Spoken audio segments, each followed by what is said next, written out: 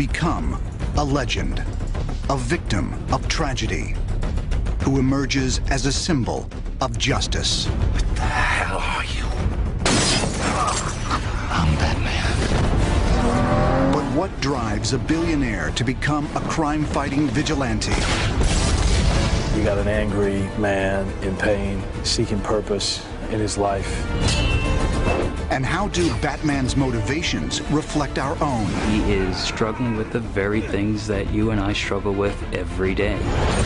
Now, go inside the mind of a superhero. His whole life is a quest to restore meaning. As we use the real-life tools of analysis. There's a technique for people who have fears. It's called exposure. To unlock the psyche of Bruce Wayne, Batman, and the villains who symbolize our darkest desires.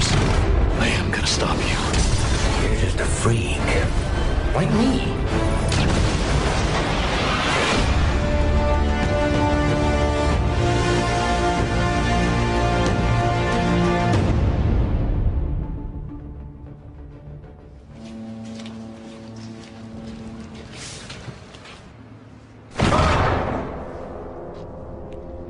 Hey. Stace.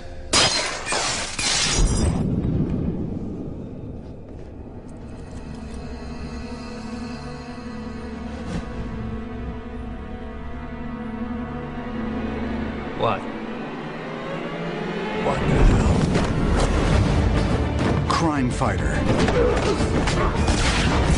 Avenger. Vigilante. Hero.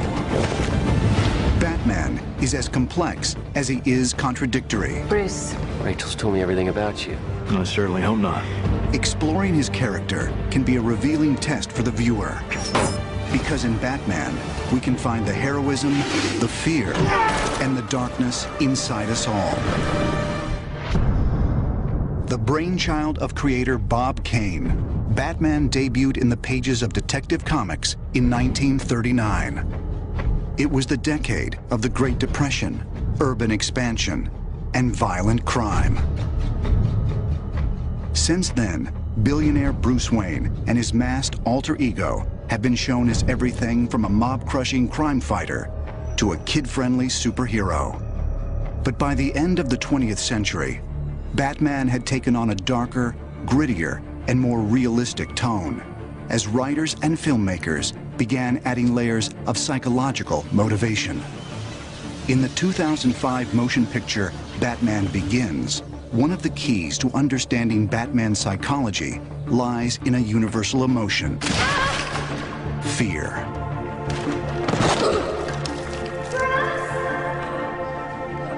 In the film, young Bruce Wayne develops a paralyzing fear of bats.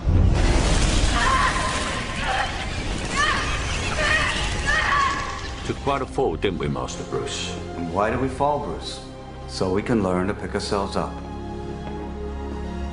Fear is one of the fundamental psychologies of childhood, and learning how to deal with the fact that we will be afraid, but we will go on to do things despite our fears.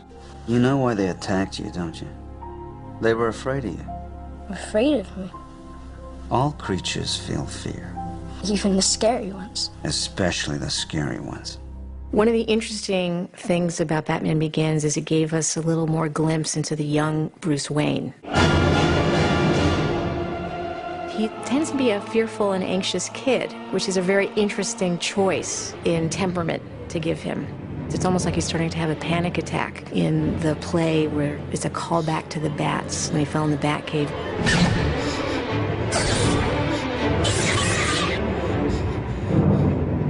Can we go? He causes his parents to leave the theater because he gets really anxious. Please. Okay, let's go. Central to the Batman mythology is the notion of choice. That's very, very central to everything. The Batman stories portray the alternatives of good and evil, life or death.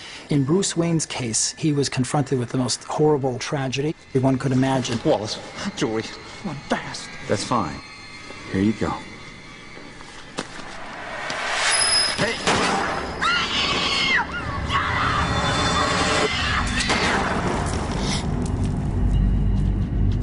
Bruce Wayne is a very plausible character psychologically. Kids generally, even if they're not directly responsible for some terrible event, generally personalize the event and take responsibility for it. Don't be afraid.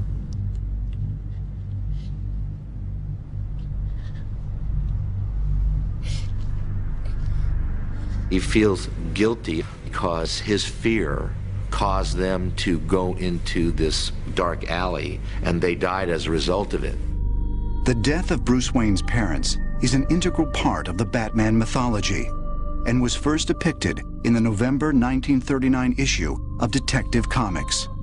It has continued to be incorporated into almost every telling and retelling of his early history. Here's a kid who, at a very early age, learned that security is temporary, is fragile. It was my fault, Alfred. I made them leave the theater. If I hadn't gotten scared. It was nothing that you did. It was him. It raises a question, which is, am I ever going to be secure? Can I ever trust anybody who won't also be taken away? I miss him, Alfred. And Bruce Wayne is a person who essentially has answered that question, I'm never going to be safe, so I better take matters into my own hands. Rachel, this man killed my parents.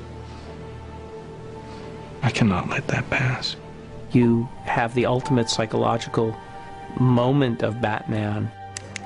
You're in the courtroom where his parents' murderer is on trial, and he has a gun in his pocket, and he has to decide whether or not to use it. There is a member of the Wayne family here today.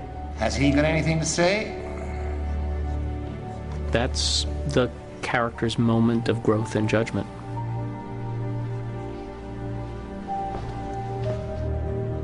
When people experience a traumatic event, it often calls into question fundamental beliefs they have. And this is the way that trauma can be a very powerful, positive force in inducing growth. With Bruce Wayne, he became dedicated to avenging, not revenging, but avenging his parents' death and protecting innocent people from criminal acts.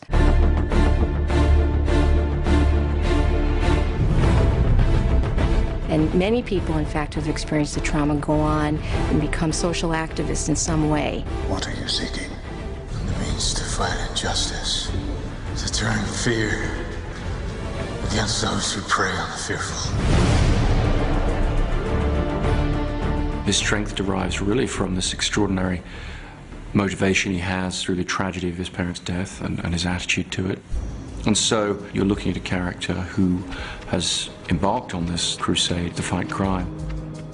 When bringing the character of Bruce Wayne to the screen in Batman Begins, director Christopher Nolan found an unusual psychological parallel in a real-life historical figure, the 26th President of the United States, Theodore Roosevelt.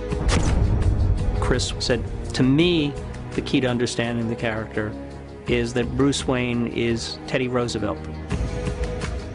Roosevelt's father was New York City's great patrician benefactor. He started the Museum of Natural History. He was one of the founders of the Children's Aid Society.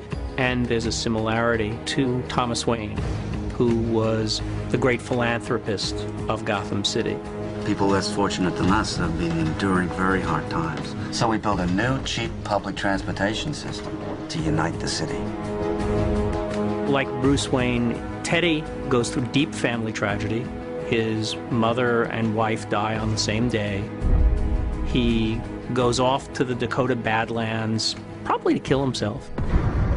Reforges himself in that situation and comes back and becomes this insane police commissioner bicycling through the city in the middle of the night. He's the Rough Rider, what we know as the iconography of Teddy Roosevelt. That's really the psychology that plays out in Bruce Wayne. Your anger gives you great power. But if you let it, it will destroy you. In the comic book histories, the timely appearance of a bat in Bruce's study gave him the idea for a crime-fighting alter ego that could avenge his parents' death. Originally called the Batman by creator Bob Kane, this second identity was inspired by popular characters like Zorro and the Shadow, wealthy crusaders who cloak their crime fighting behind a secret other self. In Batman Begins, the motives for Bruce's transformation are more psychologically based. People need dramatic examples to shake them out of apathy, and I can't do that as Bruce Wayne. But as a symbol... What symbol? Something elemental, something terrifying. In the film, Bruce chooses to adopt the appearance of a bat because it's a creature that embodies one of his greatest fears. The symbolism of using the bat is he's conquered those fears. And there's a technique that mental health clinicians use for people who have fears. It's called exposure. And the idea is in a planned and purposeful way, you expose yourself to the things that you're afraid of. The movie portrayed exposure incredibly well.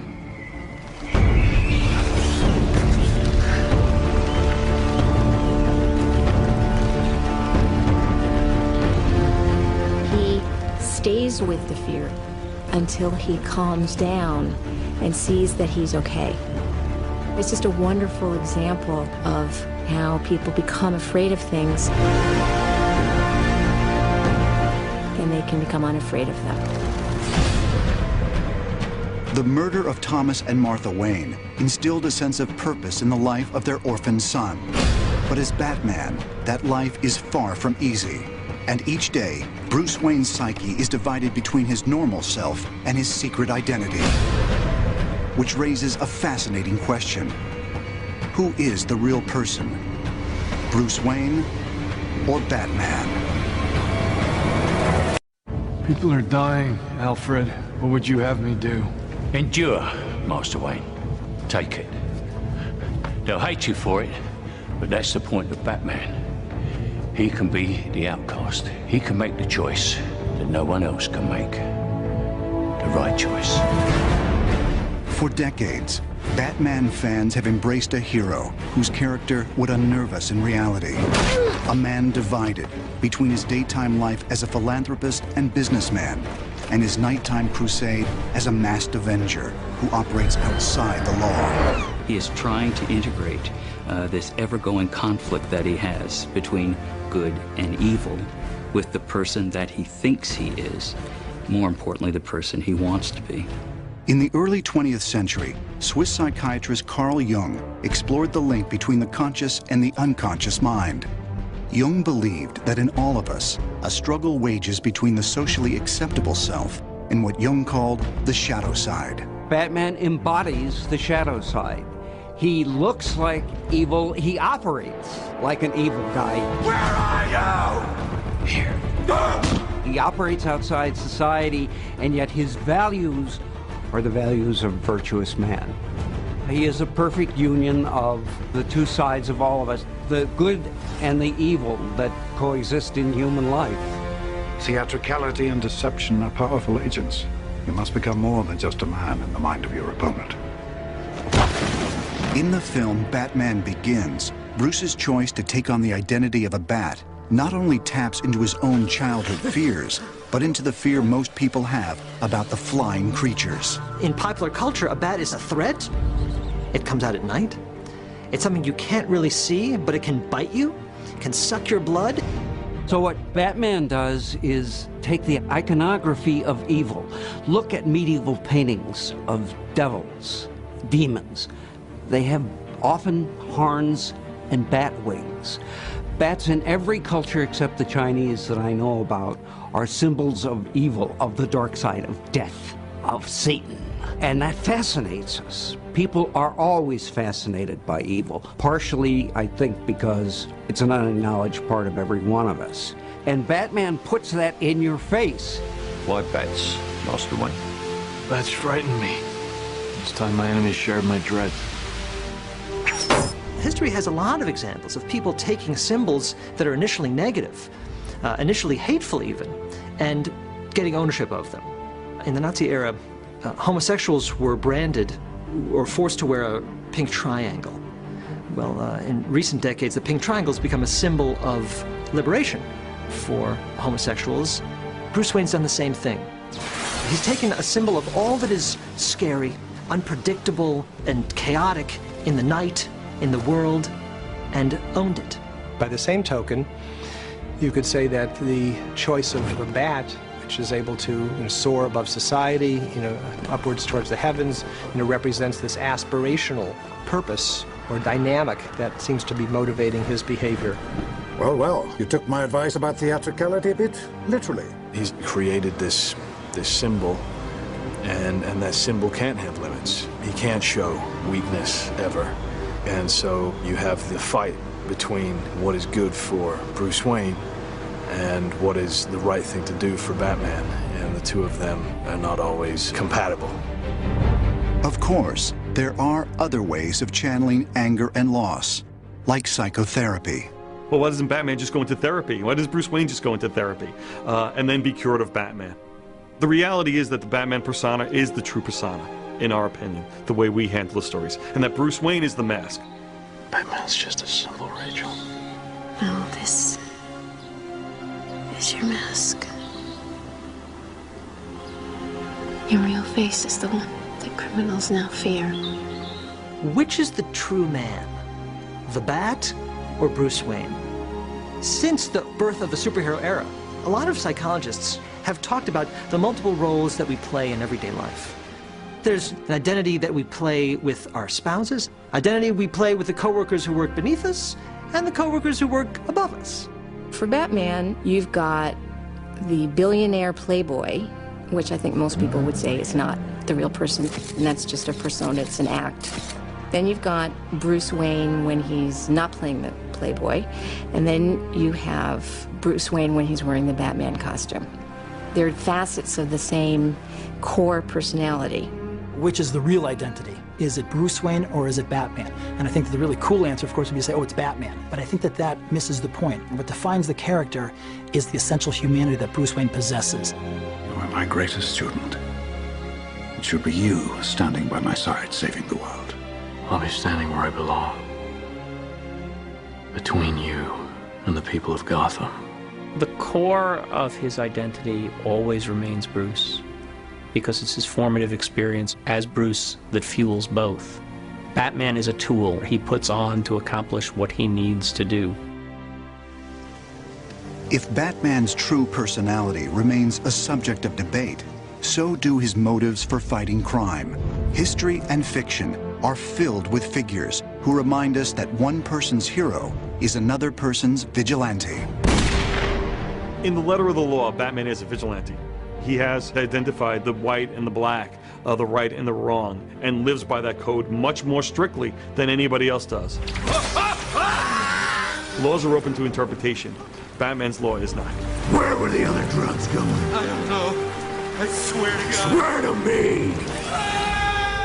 We have always glorified various vigilantes, whether we're talking about Robin Hood, robbing from the rich and giving to the poor. There is this persona that makes us feel good. The problem is that when we start engaging those behaviors in an organized society, in a way that allows the citizenry to make a determination about who should be punished and how and when, we run the risk that their idea might not match up with the idea of the masses.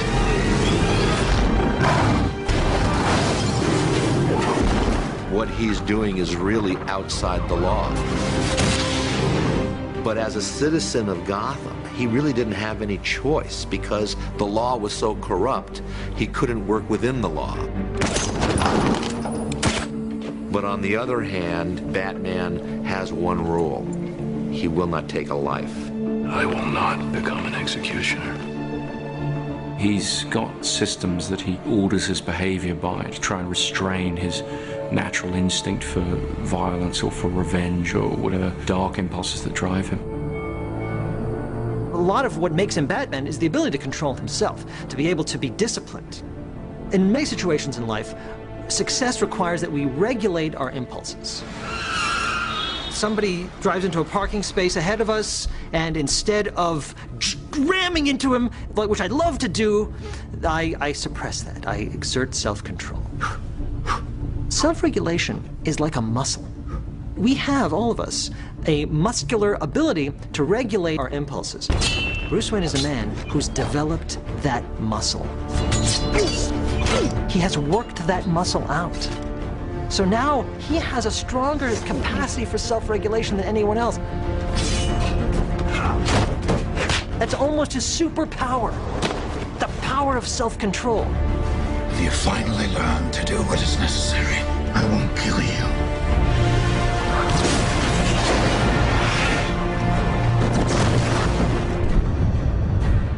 Occasionally, Batman's critics have accused him of suffering from a hero complex, an obsessive compulsion to help others and right wrongs, as defined by psychologist Carl Jung. Batman has this obsession with keeping things under control and making sure that the law is obeyed and that the innocent are not hurt. But his obsession leads him to pretty much cut out from his life anything that doesn't add to his mission as Batman. He's obsessive-compulsive about that. I bought a story once where he's in the middle of an important business meeting, and it's late in the afternoon. He's discussing million-dollar business, and he stops paying attention, and he's simply watching the sun go down.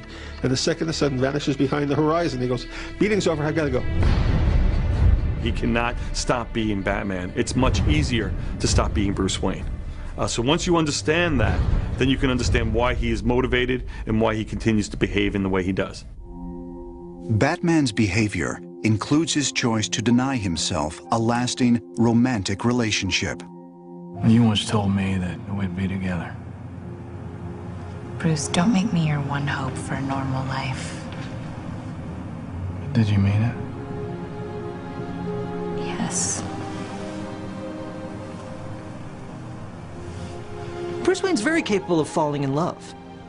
You might even say that's his Achilles heel, almost his kryptonite. He can have the greatest technology in the world, the greatest weapons in the world, but his heart has no shield. His heart can be broken. So if you're Bruce Wayne, falling in love is a very dangerous thing because it's possible that the person that you fall in love with will get hurt as a direct function of that person's affiliation with you. You look nervous. He doesn't want to love that openly with the fear that that person might be lost to him the same way his parents were. This is what makes him a hero. It's easy to make a choice if it has no consequences for you. With Batman, the consequences are monumental. Not just life and death, but the kind of life that he lives.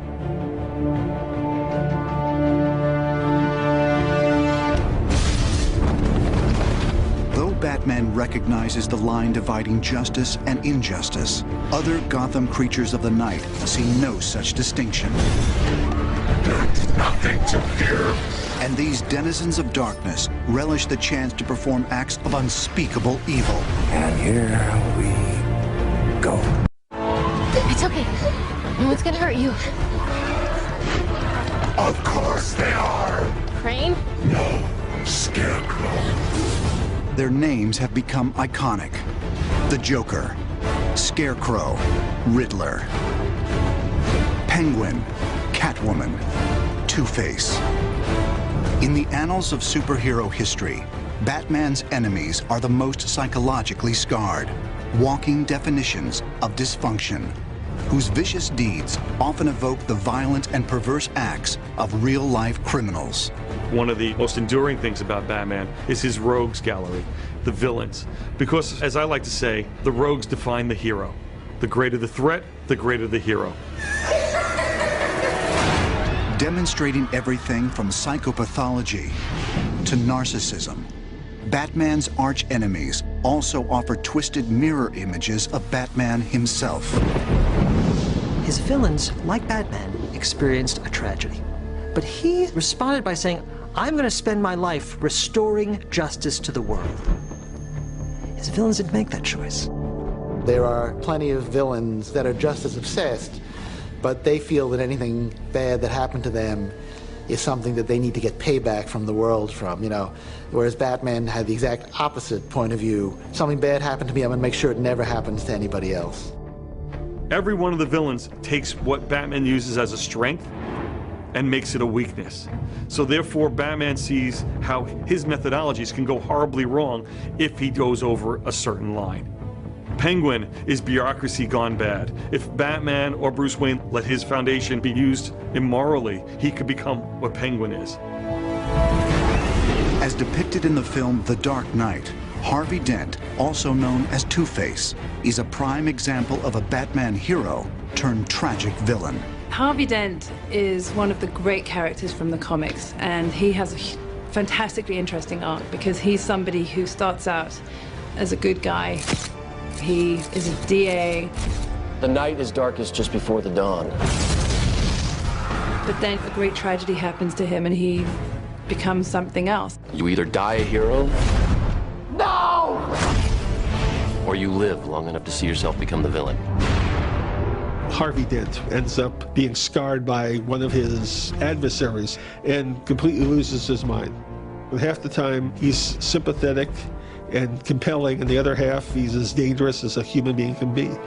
Two-Face is having trouble with the duality, can't reconcile the two halves of himself, has to flip a coin to choose whether to do good or evil. Something freeing about that, also something extremely disturbing, because he's given up his own sense of responsibility because of the coin. Two-Face could be described as exhibiting a dissociative disorder, a person who literally is giving you two personalities.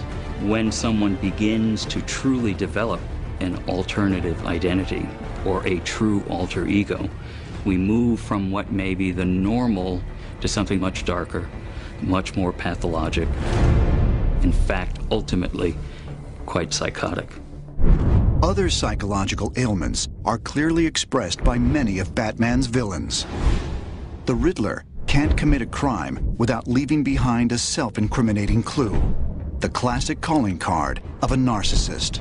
Individuals who are narcissistic, they engage in the behaviors because they want to be noticed.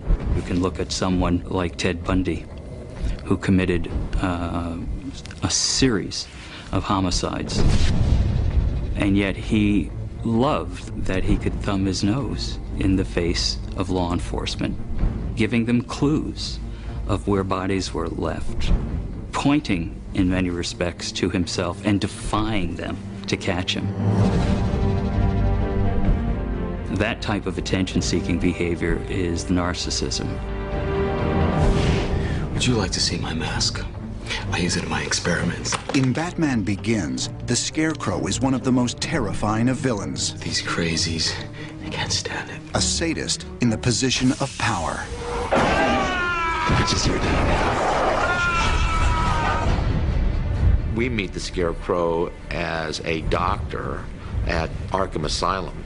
He's used that entrusted place to experiment with chemicals and drugs. He enjoys watching people's minds completely snap as a result of the use of it. There's nothing to fear but fear itself. Scarecrow uses fear as a tool to ultimately get what he wants, independent of what it might cost others. This is an individual generally not psychotic, but very intense in their need to self-aggrandize. A individual like the Unabomber, Theodore Kaczynski, part of his delusions is that mechanization and modernization is ruining the world, and takes it upon himself to send bombs to computer scientists, professors. He became vengeful. I'm going to take it on society, and thus becomes this murderous, crazy person.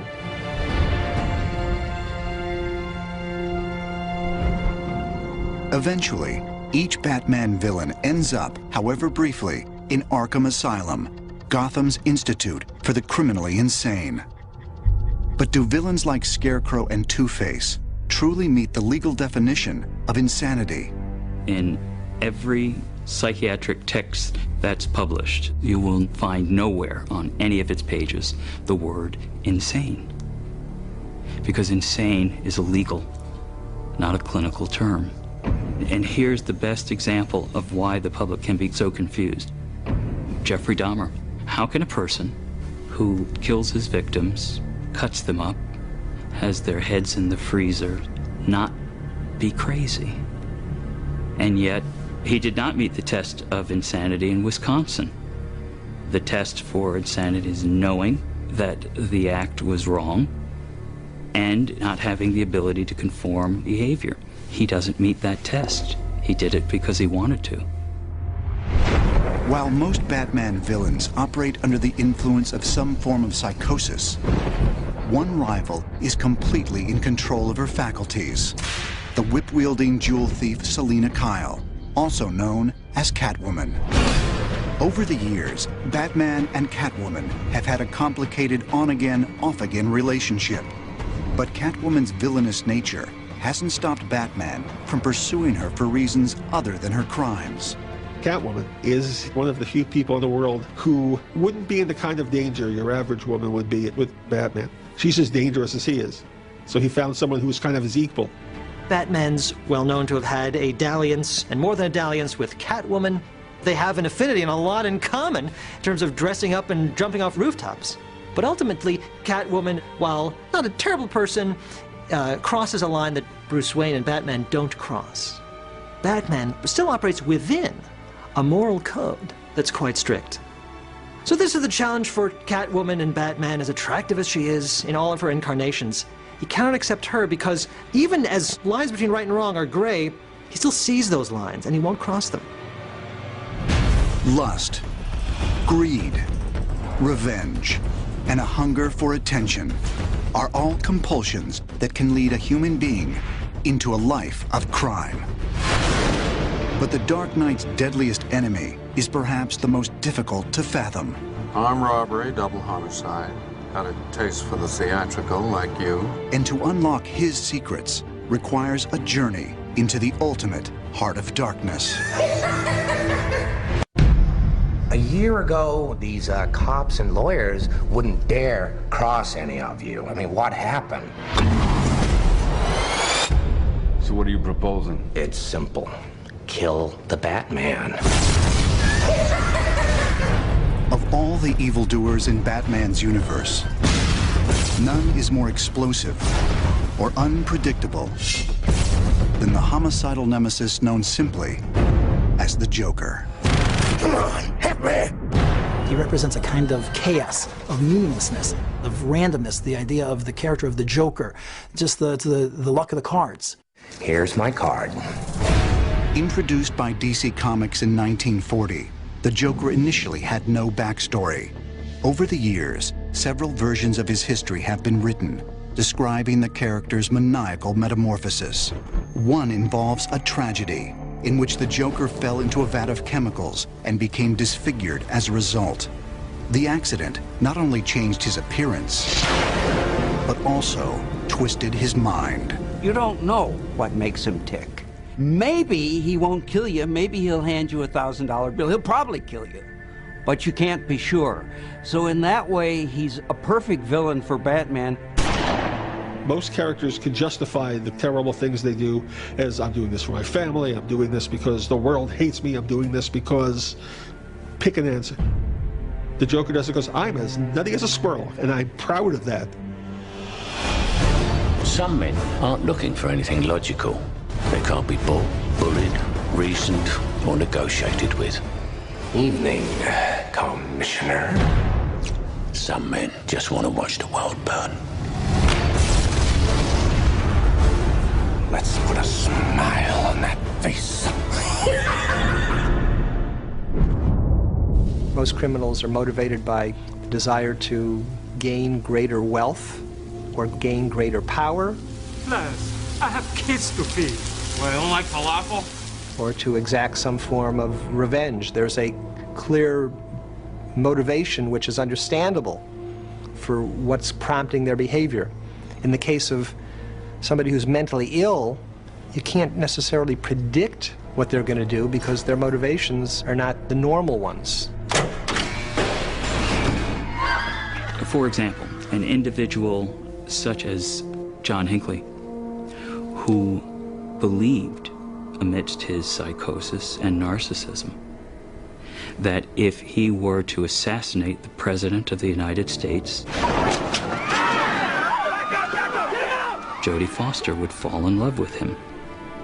You see quickly where the logic in that line of thought falls apart. Why so serious?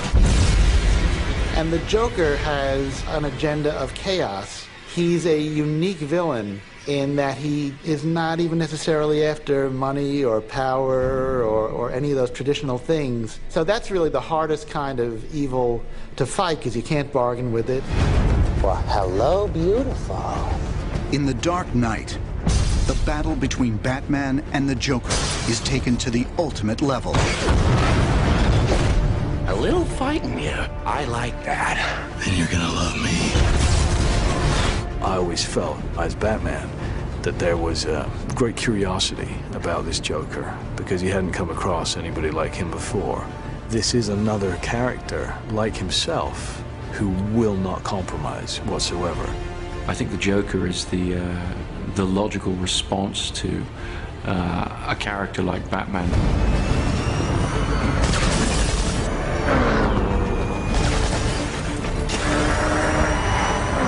Partly because Batman, having raised this extremity of behavior in Gotham, he's putting on a mask, tapping into people's fears, and there's all of the technology he employs. He's distinguishing himself to fight crime.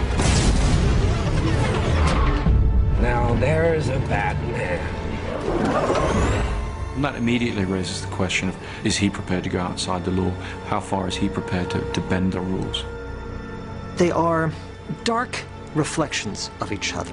They're both men who operate outside of normal social norms.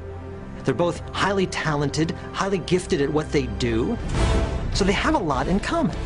Every yin has a yang, every positive has a negative. Batman is sane and logical, uses his mind to solve problems and solve crimes, and the Joker is a complete raving lunatic.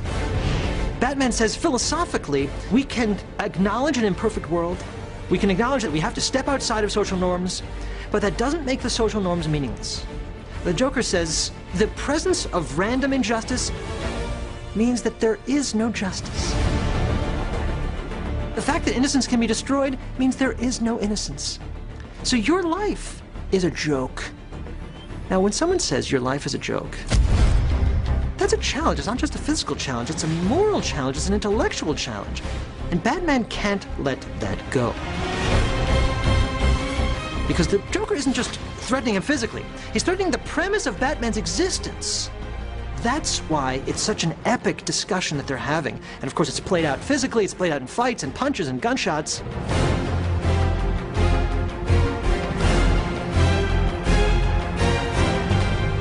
Ultimately, it's a philosophical conflict, and not one that's easily resolved. The Joker wants to see that everybody has a price, that nobody is pure, and that even Batman can be bought or can be leveraged in such a way that he would compromise his principles. Whatever the psychological cause of characters like the Joker, the villains of Batman have given us indelible images of the power of the human mind and its capacity for cruelty. Everyone has the capacity to do evil, and everyone has the capacity to do good. Holocaust survivor Viktor Frankl talks about the last of the human freedoms. It's the attitude one is going to adopt towards life. That's the fundamental choice that we retain no matter what we are experiencing, no matter where we are.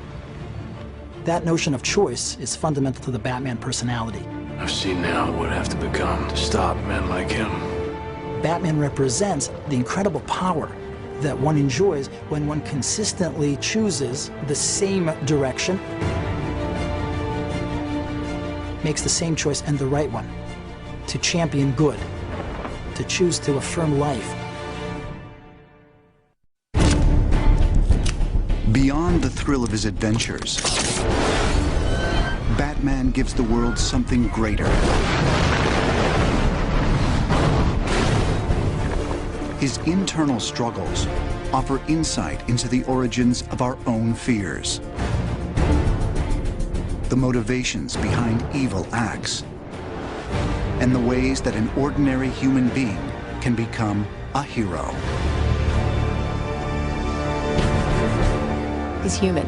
He's one of the few superheroes that's just a normal guy who's willingly dedicated himself to fighting crime, but it's conceivable that it could be you or me. We don't come from Krypton. We don't have superpowers or mutant genes. Batman is in the realm of obtainable.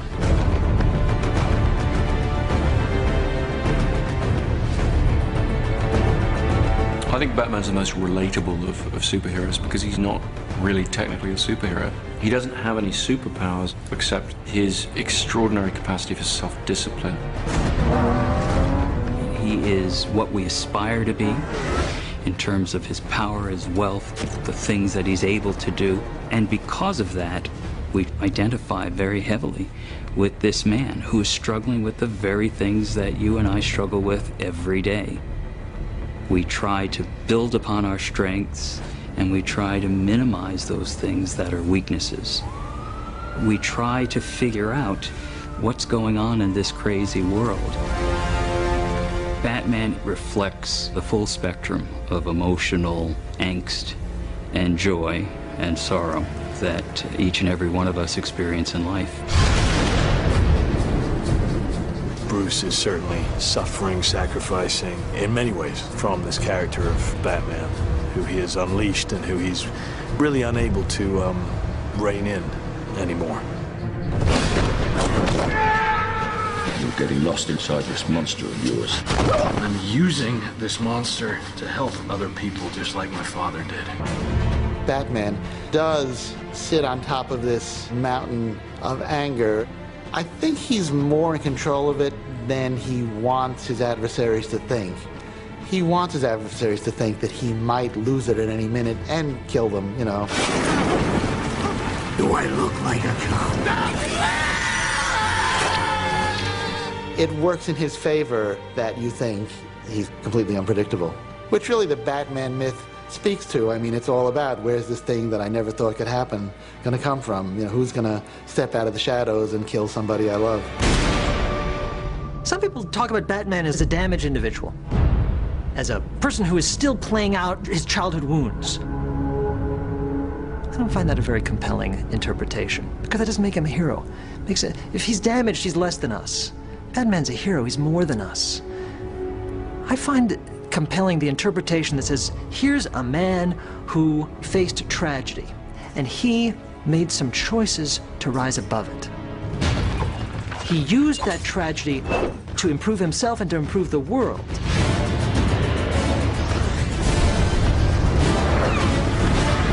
That is a hero. That makes him compelling. The appeal of Batman has been in part to the idea that if something that tragic happened to me, would I have that kind of ability to shape my life that way? I can't tell you how many people who have contacted me and said, I went through tragedy and turned it into a victory. And the Batman's image was ever before my eyes, and I used that image to get myself out of the depths of despair.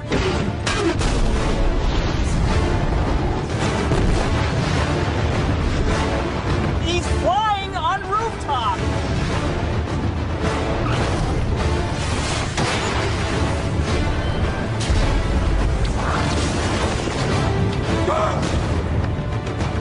The best thing about Batman is he's not really a superhero. He's a human. Like your father, you lack the courage to do all that is necessary. And he shows us the greatness of what humans can be. I am gonna stop you.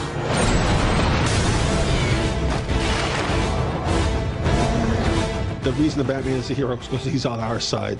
He is the balance. He is the cosmic balance to all the insanity.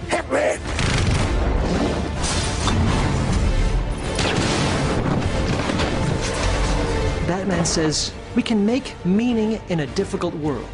We can pursue justice in an unjust world. Batman's a character that provides us hope that all of us need.